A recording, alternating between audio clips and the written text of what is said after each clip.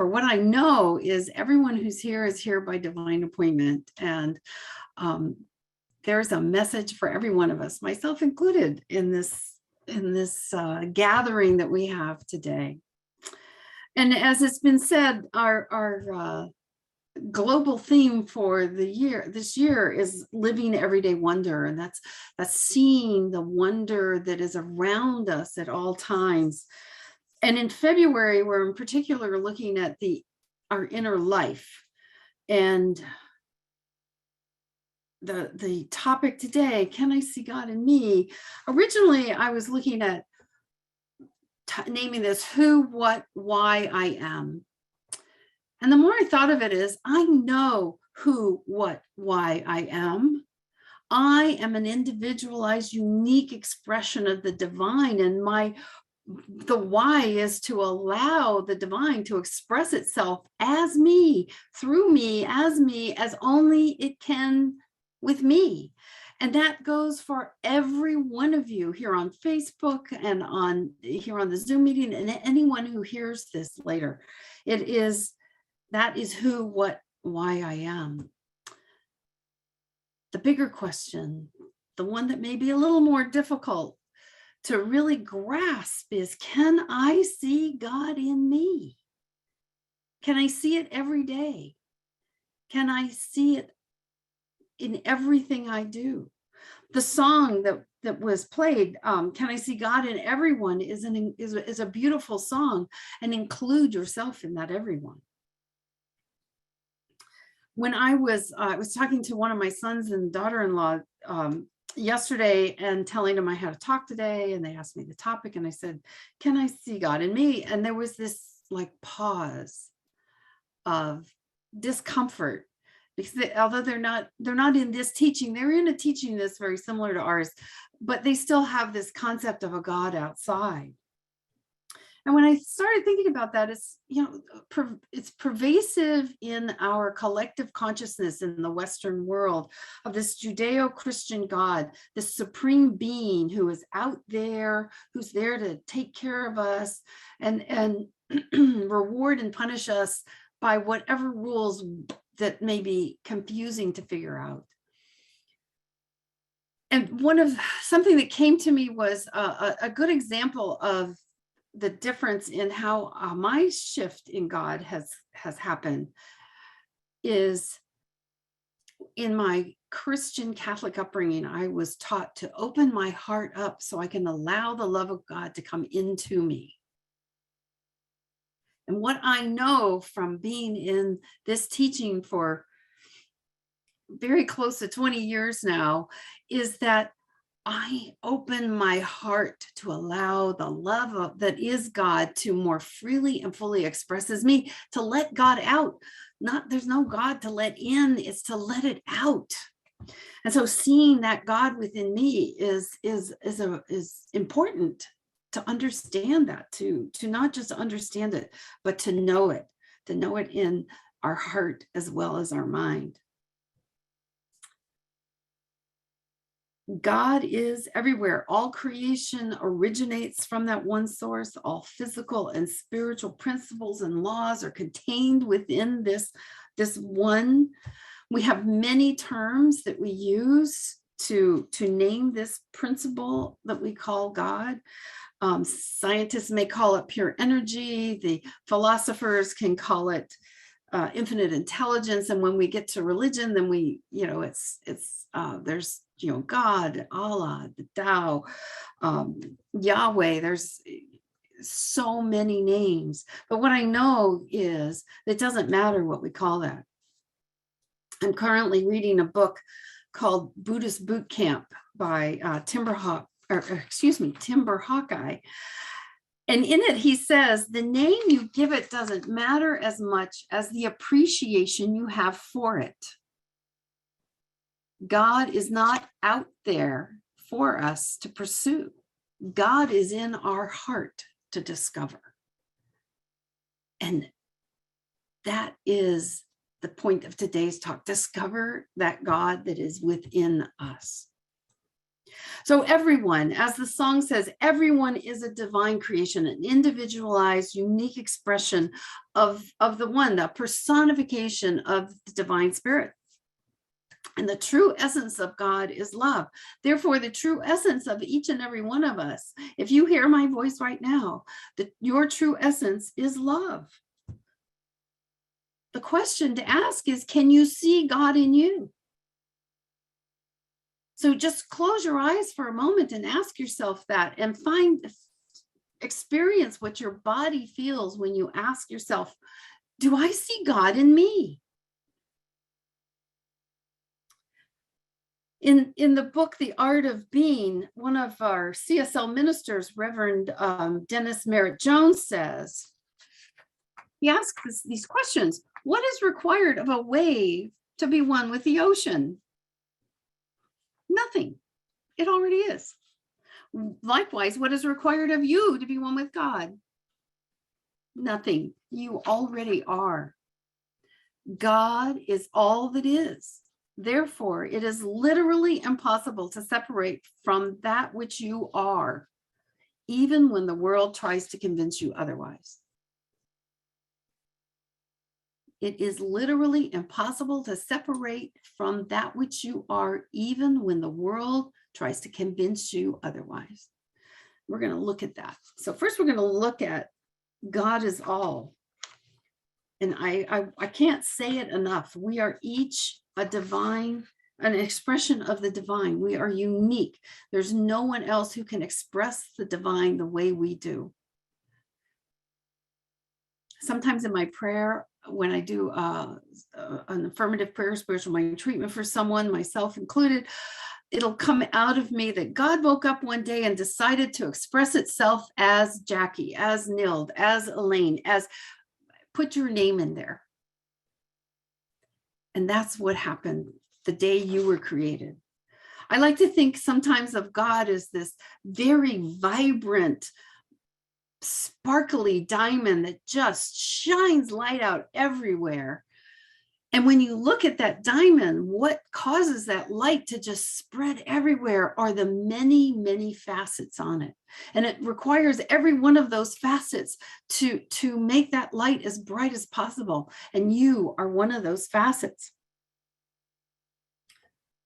And when we start seeing the God that is within us, when we start paying attention to that, when we begin to look for it and we start to recognize the evidence of God within, because as Dennis Merritt Jones was saying, the world is out there trying to convince us otherwise. So there's a lot of evidence that maybe we're not. Start looking for that evidence that there is. We start on this path of love. And when we do that, what happens is when we start paying attention to where love is just coming out of us, the decisions we make, the words that we say, the thoughts that we think, we get more of it. The universe responds to that. It's called the law of attraction. It's cause and effect. Another reading from Ernest Holmes in Science of Mind on page 87 is, no limit can be placed upon the spirit of man. It merges with the universal spirit, for the two are really one. God is in us as we are in God. The same essence, the degree apparently different. The one finite, the other infinite. And since the infinite cannot come from the finite, it follows that the finite must come from the infinite, the little circle within the big circle. We are the finite expression of the divine, unique and individualized as us, as me, as you. When we come to this path of love towards ourselves and love who we really are, we automatically elevate our spiritual consciousness. The Buddha said, you yourself, as much as anybody else in the entire universe, desire your love and affection. Loving oneself is the way to the divine. The way we feel about ourselves determines our quality of life. So when we start seeing the evidence of God within, we start to shift our life. And when we understand and accept this of ourselves, it's one of the most important things that we can do in our life. Because when we can do that, when we see it in ourselves, we can truly see it in others. Recently, we lost the physical presence of a great avatar, Thich Nhat Hanh. And what he says is that the whole cosmos has come together to produce us. We carry the whole world inside of us. That is why to accept yourself and love yourself is an expression of gratitude.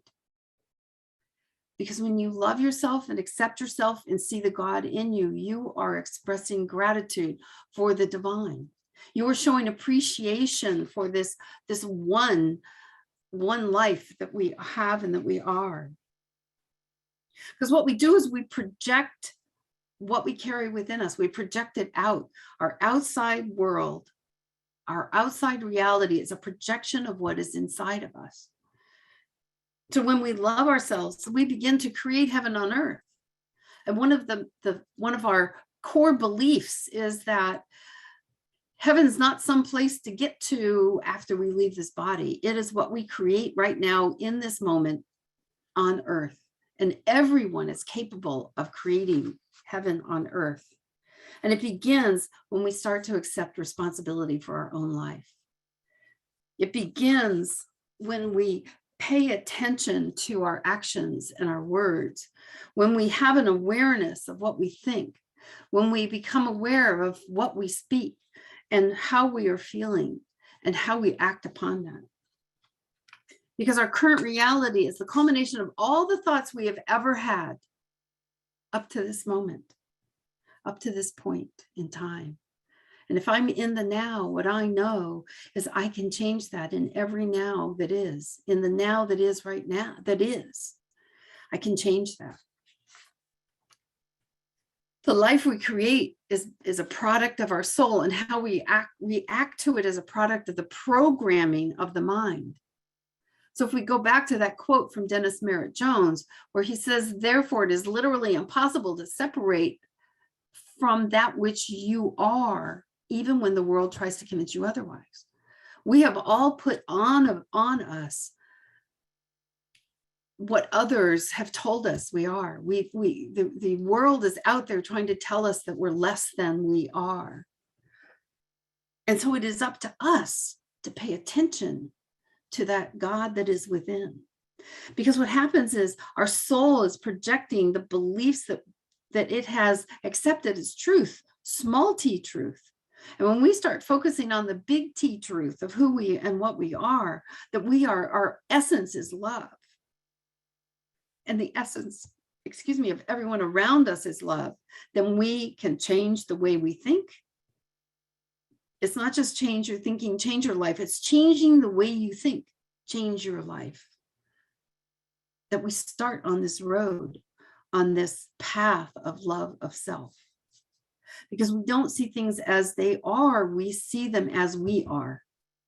And so we clear that, we take the cloud off that facet of God that we are and start seeing that and living that everyday wonder.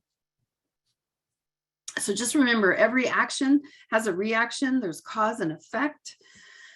And when we say and do that which is in alignment with principle, we are living in paradise here on earth. When we start to shift what we say and do to be in alignment with the principles, the spiritual principles of truth, then our life becomes that everyday wonder. There's wonder every day. I'm going to tell you a little story about, because I just can't not talk about my grandkids. The other day, I was putting my 7-month-old granddaughter Sloan down for a nap, and my 2.5-year-old Carl was still awake, hadn't gone down for his. And I'm sitting on the floor and I'm rocking Sloan and I'm singing Karen Drucker's song, "You Are the Face of God," to her. It's frequently a lullaby I sing to my grandchildren. And all of a sudden, Carl stopped in his tracks and he turned to me and said, "Face of God?" And I said, "Yeah, you are the face of God. I hold you in my heart. You are a part of me. You are the face of God." And he came right over, sat in my lap, and he remembered me singing that to him when he was 8 months old, putting him to bed. And so I have both of my grandchildren in my lap, and I'm singing this song, and Carl is looking up at me with this beautiful smile on his face. Sloan is completely relaxed and asleep, and he falls asleep, and they both take this beautifully restful sleep. And why do I tell you this story? Because I am going to give you a challenge this week. I would like each and every one of us in the morning when we get up and we start getting ourselves ready and we look in the mirror, because we all at least comb our hair. I want you to look in the mirror and I want you to look eye to eye with yourself and see the God in you. And if you can, it's an easy one to remember. And if not, you can go out on the internet and look up Karen Drucker, "You Are the Face of God," and just say to yourself or sing to yourself, "You are the face of God. I hold you in my heart. You are a part of me.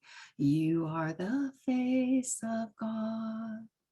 And just keep saying that to yourself, because you are, and see it within you. And when you see it within you, more of it will express itself as you. So I will, in closing this talk today, I will leave you with one more quote from Thich Nhat Hanh. So listen up here. If you have enough awareness, if you are curious enough to look at your own suffering, you have already enough strength to love yourself. And to love yourself is to love the world. There is no difference. To love yourself is to love the world. There is no difference. And so I love each and every one of you, myself included.